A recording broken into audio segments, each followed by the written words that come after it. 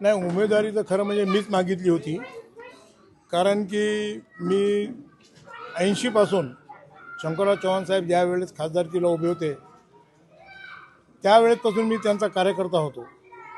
आणि अशोकराव चव्हाण 80लाच नांदेडला पहिल्यांदा कॉलेजमधून आलेत नांदेडला.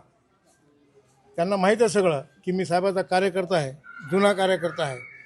आणि 80च्या पूर्वी पण मी सर्व चव्हाण साहेबाचा कार्यकर्ताच होतो. मला मॅट्रिकचं सर्टिफिकेटसुद्धा चव्हाण साहेबांना आपल्या हातानं दिलेलं आहे. मला शाळेत असताना, शिकत असताना, हे सगळं असताना मी यांच्यासोबत भरपूर काम केले. प्रत्येक वेळा जे अविश्वास ठराव वगैरे नगरपालिकेत, महापालिकेत जे झाले त्यावेळेस मी सक्रिय सहभाग घेतला यांच्यासोबत. अपक्ष म्हणून निवडून आल्यानंतर 92 साली पण मी त्यांना मदत केली. त्यांना अपक्ष म्हणून निवडून आल्यानंतर तरी त्यांनी माझी कदर केली नाही. परत मी आजपर्यंत त्यांच्यासोबत काम करत गेलो. 17ला मी नगरसेवक म्हणून निवडून आलो.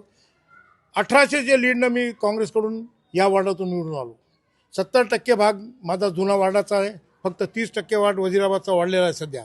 मी साहेबांना फार विनंती केलो जाऊन की साहेब मी तुमचा जुना कार्यकर्ता आहे, तुम्ही मला तिकीट का डावळता. तर नाही म्हणले, मला 50 फोन आलेत बोले गावातून आणि तुम्हाला 100% तिकीट देणार. मी म्हणलं जर मला तिकीट देणार तर तुम्ही 50-50 लाख रुपये का जमा केलेत.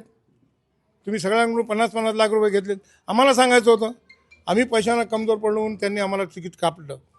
मग आम्ही हेमंत भाऊ यांचा संपर्क साधला. कारण की आपलं सगळं राजकीय भविष्य होता, काही राजकीय काम होता.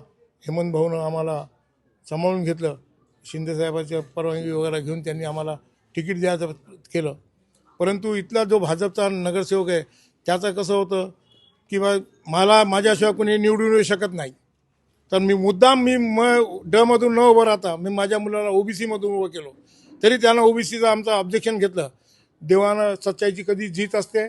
आमचा आज अर्ज मान्य झाला आणि आम्ही दाखवून देऊ की आम्ही काय आहे तिथं. आणि पूर्ण पॅनलला आम्ही निवडून आणू जिद्दीनं.